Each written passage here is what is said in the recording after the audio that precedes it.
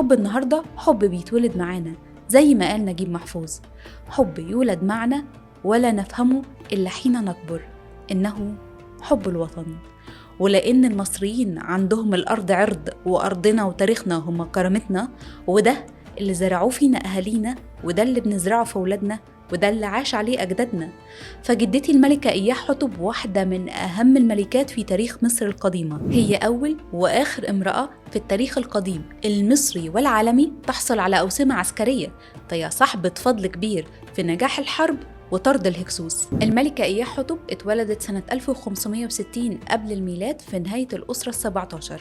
هي بنت الملك سخنة رع الأول والملكة تيتي شيري، واتجوزت الملك سكنن رع، وكان ملك طيبة وقت احتلال الهكسوس لمملكة الشمال.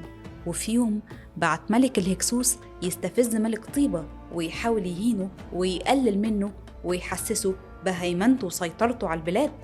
بعت رسوله يطلب من سكنن رع يسكت أصوات فرس النهر اللي في معبد طيبة، لأن صوتها بيزعجه في قصره في العاصمة اللي على بعد أكتر من 500 كيلومتر من طيبة.